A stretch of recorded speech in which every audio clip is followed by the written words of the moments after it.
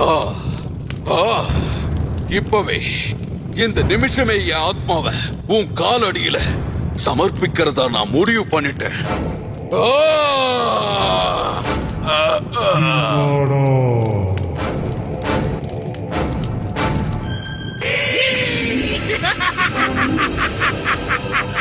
உன் ஆத்மாவை முழு மனசோட நான் ஏத்துக்க போறேன். பிரபஞ்சத்தோட கிரகங்கள் ஒரே நேர்கோட்ல என்னைக்கு சந்திக்குதோ அன்னைக்கு உன்னோட இந்த தியாகத்தை பத்தி யாராவது எனக்கு ஞாபகப்படுத்தி ஆகணும். அப்படி ஞாபகப்படுத்தினா உனக்கு திரும்ப உயிர் கிடைக்கும்.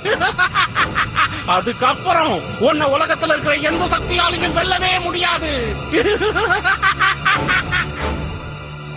அதுக்கப்புறம் என்னாச்சு பாபா? இத பத்தி எதுவுமே தெரியாத அப்பாவி அதிகாரி கிர்மாடாவை பத்தி யோசிச்சு தீய சக்திக்கு ஞாபகப்படுத்தினார். பல வருடங்களுக்கு முன்னாடி கொடுத்த வாக்குப்படி இறந்து போன கிர்மாடா மறுபடியும் வாழ்வு பெற்றான். என்னை பத்தி நியாயப்படுத்துறதுக்காக ரொம்ப நன்றி.